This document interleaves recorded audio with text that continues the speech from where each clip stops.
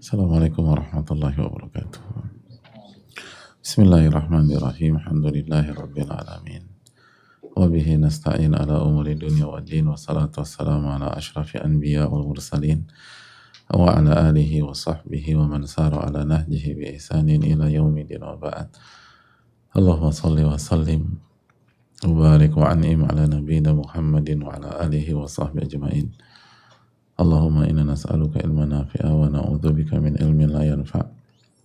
Allahumma 'allimna ma yanfa'una wanfa'na bima 'allamtana. Allahumma aslih lana umurana kullaha wa aslih wulata umurina. Allahumma ansurna wal muslimin al madlumin fi Filastin wa fi kulli makan. Innaka waliyyu dzalika wal qadiru alaih. Alhamdulillah, kita panjatkan puji dan syukur kita kepada Allah tabaraka wa ta'ala atas segala nikmat dan karunia yang Allah berikan kepada kita, sebagaimana salawat dan salam semoga tercurah kepada Rasulullah SAW beserta para keluarga, para sahabat, dan orang-orang yang istiqomah berjalan di bawah naungan sunnah beliau sampai hari kiamat kelak. Kita meminta kepada Allah dengan nama-nama yang husna dan sifat-sifat yang maha mulia, Allah subhanahu wa ta'ala memberikan kita ilmu yang bermanfaat dan melindungi kita dari ilmu yang tidak bermanfaat. Allah perbaiki urusan kita dan urusan pemimpin-pemimpin kita. Allah subhanahu wa ta'ala tolong kita dan saudara-saudara kita, khususnya yang terzalimi di Palestina dan berbagai macam tempat. Amin ya rabbal alamin. Alhamdulillah, kita bersyukur kepada Rabbul Alamin atas nikmat yang Allah berikan kepada kita, dan semoga Allah memberikan taufiknya kepada kita. Amin ya rabbal alamin. Dan semoga Allah merahmati Imam Nawawi dan para ulama-ulama kita, guru-guru kita, dengan rahmat yang luas. Amin ya rabbal alamin.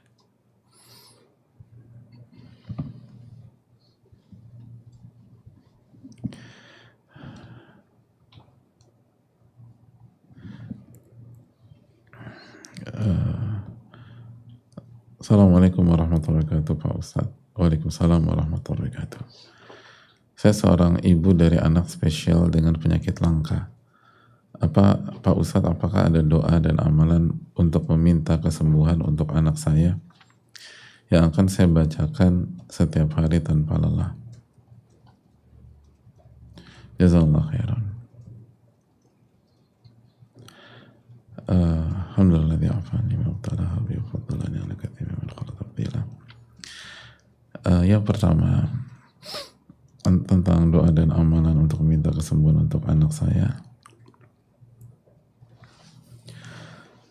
Untuk doa, terapkan apa yang diterapkan oleh Rasulullah SAW dari dalam doa-doa yang sahih dan ruqyah yang diterapkan oleh Rasulullah SAW kepada orang sakit atau kepada diri beliau ketika beliau sakit. Di antaranya misalnya ketika beliau didoakan oleh maka jawab bismillah arkika min kulli syai'in wa dzika min syarri nafsin wa aini hasin Allah bismillah arkika Allah yashfika. Bisa pakai doa tadi atau doa-doa yang lain yang mungkin insya Allah coba kami bantu ke penanya tentang masalah redaksi doa tersebut, atau baca qul huwallahu ahad, qul a'udzu birabbil falaq, qul a'udzu birabbin nas di hadapan kedua telapak tangan kita, lalu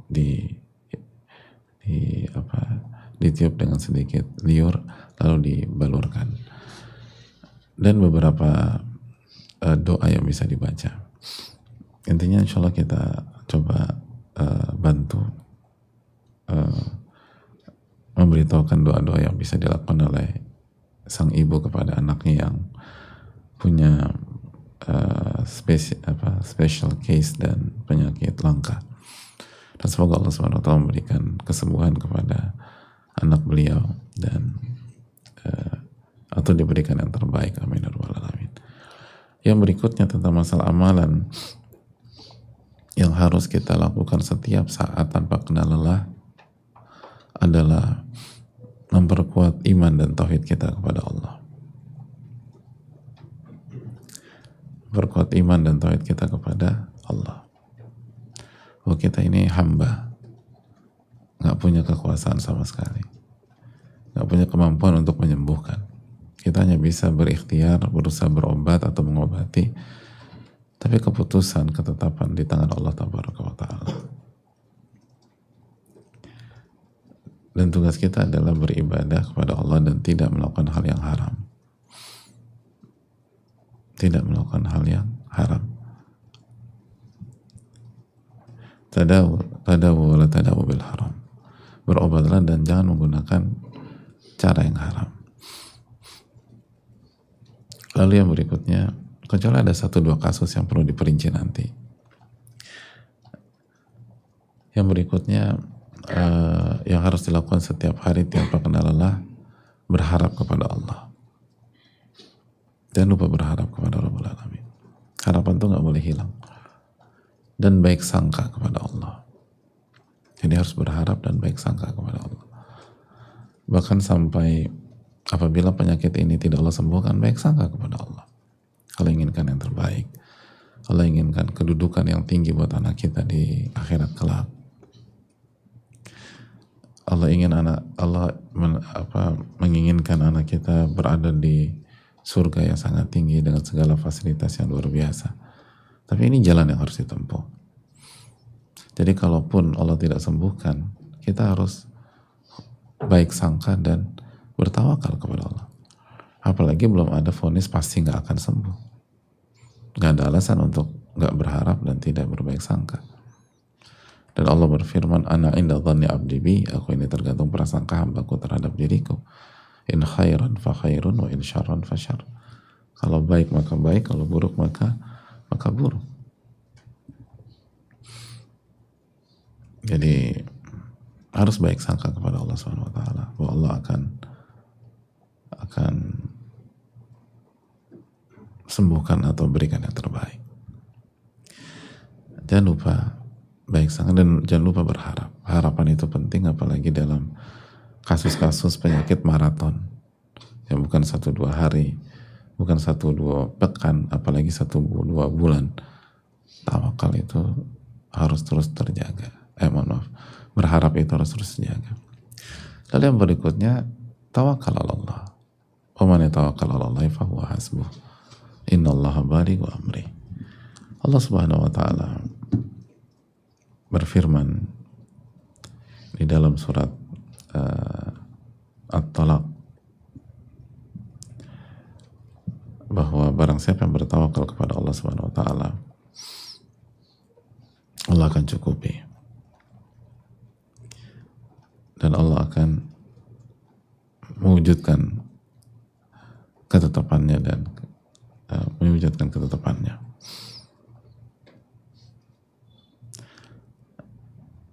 Jadi sekali lagi, bertawakallah kepada Allah. Bertawakallah kepada Allah Subhanahu wa taala. Dan kalau kita bertawakal atau bergantung kepada Allah, kata para ulama, sejatinya kita sedang menyerahkan urusan kita kepada Yang Maha Kuat, Yang Maha Penyembuh, Yang Maha Perkasa, sekaligus Yang Maha Pengasih lagi Maha Penyayang dan Maha Baik dengan kita. Maka otomatis akan ada perubahan besar kepada diri kita. Karena begitu kita serahkan kepada Allah. Kita serahkan kepada Allah. Kita serahkan urusan kita ke Yang Maha Perkasa, Yang Maha Kaya, Yang Maha Kuat, Yang Maha Tinggi, dan Yang Maha Pengasih lagi Maha Penyayang dan Maha Baik kepada kita. Jadi serahkan kepada Rabbul Alamin. Tawakal. Jangan terlalu berpikirkan. Jangan serahkan hasil atau serahkan ini ke A, si B, si C. Tidak. Serahkan kepada Rabbul Alamin. Lalu yang berikutnya yang harus dilakukan tanpa henti. Minimum kita sabar ngadepin ini. Bersabar.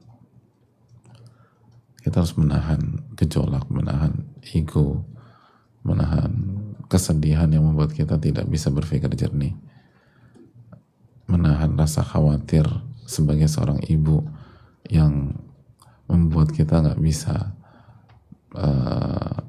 bertindak objektif dan logis. Jadi sabar. Tidak ada orang tua apalagi ibu yang baik yang tidak tersiksa dengan kondisi seperti ini. Dan ingatlah, setiap rasa sedih, rasa sakit akan diganjar pahala dan keberkahan oleh Allah Subhanahu wa taala. Jadi bersabarlah. Innallaha ma'as sabirin. Sesungguhnya Allah bersama orang-orang yang sabar. Wa basyiris sabirin. Dan berikanlah kabar gembira kepada orang-orang yang sabar. Alladzina idza asabatuhum musibatun qalu inna lillahi wa inna ilaihi raji'un. Yaitu orang-orang yang apabila diberikan musibah mereka mengucapkan inna lillahi wa inna ilaihi raji'un. Maka poin berikutnya adalah meresapi dan merenungkan, mentadabburi dan menerapkan kalimat ini, inna lillahi wa inna ilaihi raji'un. Bahwa kita ini milik Allah Subhanahu wa taala dan kita akan kembali kepada Rabbul Alamin. Hakikat atau sebenarnya kan hakikat dari penyakit yang tidak sembuh dan berujung pada kematian, hakikatnya kan penyakit ini mengantarkan kita kembali kepada Allah Subhanahu wa taala, mengantarkan kita kembali kepada Allah Tabaraka wa taala. Maka sisi ini jangan pernah lupa.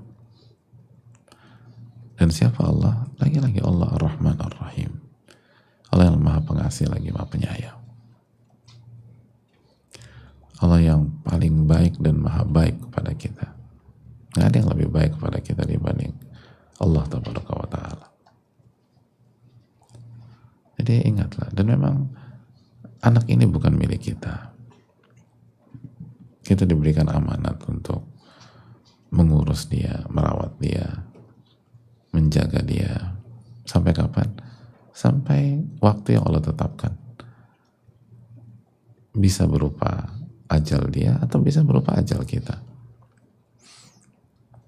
Itu yang perlu kita ini kan, bahwa anak kita bukan milik kita, dan cepat atau lambat dia akan kembali kepada penciptanya, sebagaimana kita akan kembali kepada pencipta kita. Ini yang tidak boleh dilupakan kan, makanya inna lillahi wa inna ilaihi raji'un.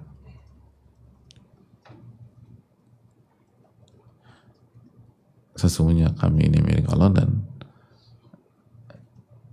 wa inna ilaihi raji'un, dan kita akan kembali kepada Allah.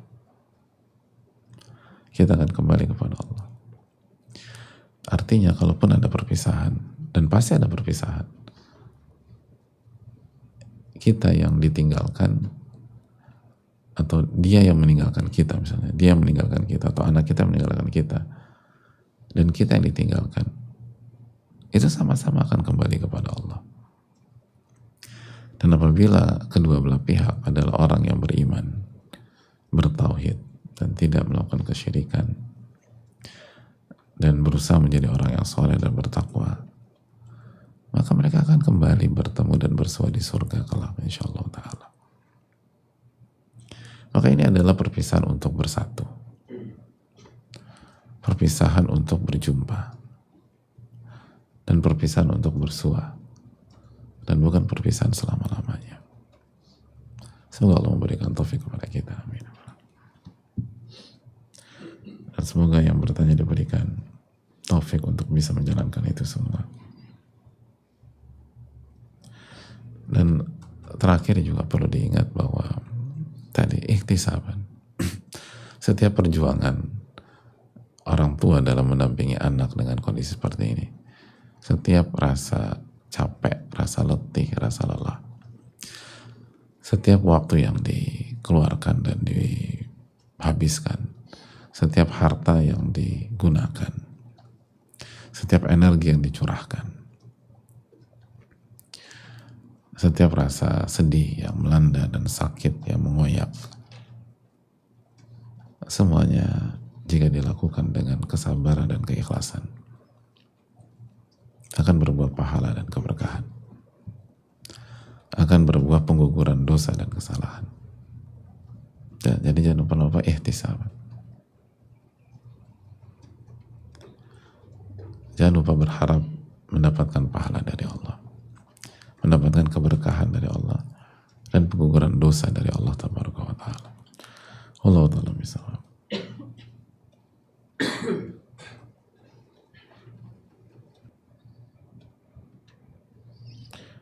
Assalamualaikum warahmatullahi wabarakatuh. Waalaikumsalam warahmatullahi wabarakatuh. Semoga Allah merahmati para ulama, khususnya Imam Nawawi. Semoga Allah senantiasa menjaga ustadz, keluarga, kaum muslimin dalam ketaatan kepada Allah. Amin ya rabbal alamin.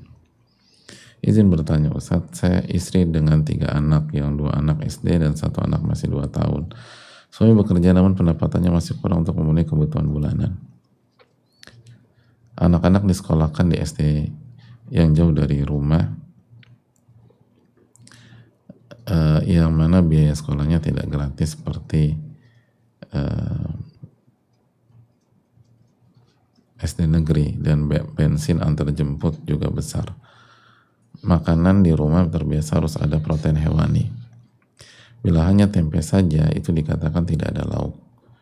Biasanya uang gaji suami sudah habis di pertengahan bulan, hingga kami berhutang untuk makan dan beli popok. Nanti saat gajian bulan depan dipakai buat menutupi hutang bulan sebelumnya. Begitu setiap bulannya. Uang belanja tiap bulan hanya 1 juta untuk kebutuhan makan dan bensin sebulan, karena sudah dipotong bayar hutang, sekolah, kebutuhan rumah, dan lain-lain. Saya sering ngedumel ke suami, menyuruh suami cari pekerjaan sampingan, lebih kerja keras lagi, dan lain-lain. Karena sebentar lagi anak yang sulung mau SMP dan masuk pondok, otomatis perlu dana yang lebih. Saya sering merasa bahwa saya adalah istri yang tidak bersyukur, ciri-ciri istri penghuni neraka, istri yang zalim. Saya istighfar setelah itu. Tapi memang kebutuhan kami kurang, padahal kami tidak boros. Padahal saya tidak boros. Tolong nasihati saya takut jadi istri durhaka agar saya bisa qanaah. Saya terkadang berpikir bagaimana bisa qanaah, merasa cukup, tapi memang tidak cukup. Tapi alhamdulillah toh anak saya dan anak-anak masih hidup sampai sekarang tidak kelaparan. Jazakallah khairan Ustaz. Semoga Allah mudahkan Ustaz menjawab. Terima kasih atas pertanyaannya. Hadirin Allah muliakan. Yang pertama,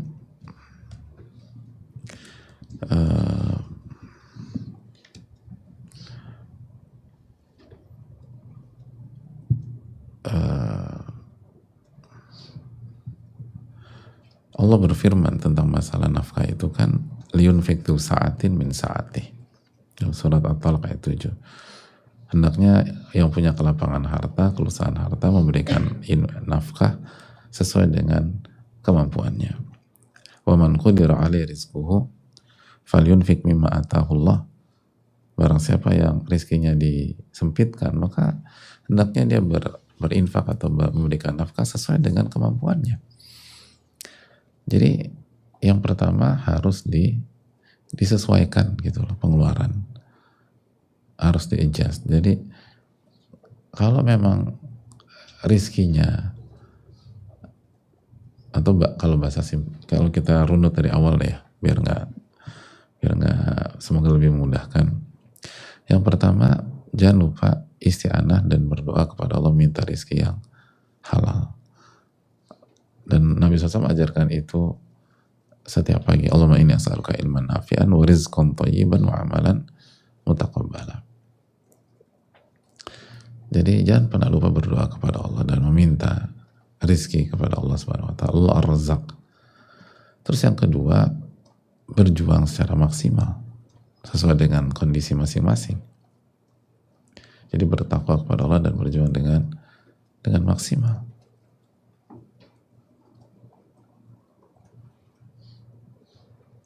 Berjuang dengan maksimal.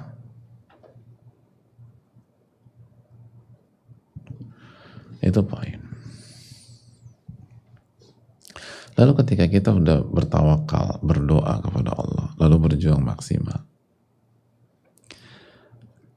yang ada hanya segitu. Yang diberikan Allah, ya seperti itu.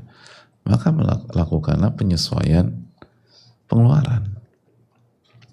Gak bisa, pokoknya harus misalnya protein hewani. Sedangkan biaya dana kita bukan untuk hewani, untuk nabati. Ya udah, latihan untuk beradaptasi, itu penting. Dan ajarkan anak-anak juga beradaptasi, dan itu penting. Salah satu ilmu kehidupan yang sangat penting yang perlu dimiliki oleh anak-anak adalah skill beradaptasi dalam menghadapi kondisi yang ada. Dan ini waktunya. Jadi bukan pelit, adaptasi. Makanya kan sebagian ulama klasik sudah kita bahas di Riyadhus Shalihin, itu ketika sedang mendapatkan mendapatkan rezeki yang lapang, dan ketika mendapatkan rezeki yang sempit dan seterusnya, itu kan pengeluaran dan pola hidup dirubah sesuai dengan rezeki yang Allah kasih. Gitu. Jadi benar-benar adaptasi dan menunjukkan bahwa ketika rezekinya dilapangkan dalam rangka bersyukur dan mengamalkan hadis Nabi SAW, Allah mencintai apabila Allah memberikan sesuatu, Allah melihat efek dari sesuatu tersebut atau bentuk dari sesuatu tersebut. Jadi, tapi begitu sebagian ulama mendapatkan rezeki yang sempit, itu langsung di-adjust sama mereka, langsung disesuaikan. Jadi hidup mereka tuh simple dan dinamis banget gitu, nggak tertekan. Nanti gimana? Ya udah, ada berapa, segitulah yang kita ini. Itu untuk biaya makan, termasuk sekolah, gitu. Karena kan kaidah untuk tidak memaksakan diri dan pengeluaran sesuai dengan pemasukan atau rezeki dari Allah, itu kan untuk semua bidang, bukan hanya satu dua aja. Jadi semua harus disesuaikan. Dan kalau dalam rangka bertakwa kepada Allah semaksimal mungkin, dan kita udah maksimal dalam mencari, dalam berjuang, dalam mencari rezeki, tapi itu yang kita dapatkan, dan konsekuensinya kita harus melakukan penyesuaian, termasuk masalah sekolah. Insya Allah Allah yang akan bantu. Dan cara Allah bantu tuh banyak. Bisa ada aja dapat uang sehingga kita bisa lanjut di sekolah itu walaupun biayanya lebih mahal daripada yang lain, atau tidak gratis, atau pindah sekolah tapi terjaga gitu loh anak kita, atau dapat beasiswa, bisa jadi dapat sekolah yang lebih bagus karena beasiswa. Jadi ada banyak cara Allah bantu, asal kita ini udah bertakwa semaksimal mungkin atau belum, itu poinnya. Dan jangan maksa dengan dalih misalnya, saya ingin pendidikan terbaik buat anak saya. Ya kalau pendidikan buat anak kita misalnya gajinya UMR, ada sekolah per tahunnya 100 juta misalnya, karena itu yang terbaik dengan segala fasilitas. Kan nggak bisa demikian juga. Anak 5 UMR terus nyari sekolah yang 50 juta, 100 juta, bukan begitu. Kita tuh berusaha cari yang terbaik sesuai dengan rezeki yang Allah kasih, itu maksudnya. Bukan yang terbaik secara mutlak. Enggak. Dan penggaris orang beda-beda, rezeki orang tuh beda-beda. Dan kalau kita bisa bertakwa seperti itu, nanti selebihnya Allah yang bantu. Selebihnya Allah yang bantu. Dan banyak orang seperti itu. Banyak, bukan satu dua, banyak orang seperti itu. Banyak orang-orang soleh dan bertakwa, kalau kita lihat background pendidikannya, Mereka bukan dari sekolah dengan pendidikan agama terbaik, tapi Allah kasih hidayah, Allah jaga sehingga pemikiran atau cara berpikir pemikirannya itu salimah, tidak rusak gitu. Dan sebaliknya di sisi lain ada juga sekolah di lembaga pendidikan yang kualitasnya bagus, pendidikan agama kualitasnya bagus, tapi hasilnya mengecewakan. Dan begitu lulus lembaga pendidikan itu berubah total, karena selama di lembaga pendidikan itu ia tidak diberikan taufik oleh Allah sehingga terpaksa. Begitu lulus bebas saya, akhirnya nggak jelas ya. Itu tuh banyak di masyarakat seperti itu. Dan itu menunjukkan bahwa berusaha untuk mendapatkan sarana dan fasilitas terbaik itu sesuai dengan kemampuan kita, dan yang terpenting dari semua adalah bagaimana bertakwa semaksimal mungkin. Bertakwa semaksimal mungkin. Kalau Allah sudah lihat kita bertakwa semaksimal mungkin, ternyata lingkungan pendidikannya nggak kondusif, nanti hanya itu yang bisa kita lakukan, nggak ada opsi lain, nggak ada opsi lain. Tapi Allah tahu kita bukan menggampangkan, kita bukan lalai, kita udah berusaha maksimal. Nanti Allah akan bantu. Wa man yattaqillah yaj'al lahu makhraja wa yarzuqhu min haitsu la yahtasib. Barang siapa bertakwa kepada Allah, Allah akan berikan jalan keluar dan rezeki dari arah yang tidak ia duga-duga. Itu yang perlu kita camkan bersama-sama. Semoga Allah memberikan taufiknya kepada kita. Saya rasa cukup atau masih ada? Ya, saya rasa cukup sampai di sini. Jazakallahu khairan. Subhanakallahumma wa bihamdika, la ilaha illa anta, astaghfiruka wa atubu ilaik. Assalamualaikum warahmatullahi wabarakatuh. Syukran. Terima kasih.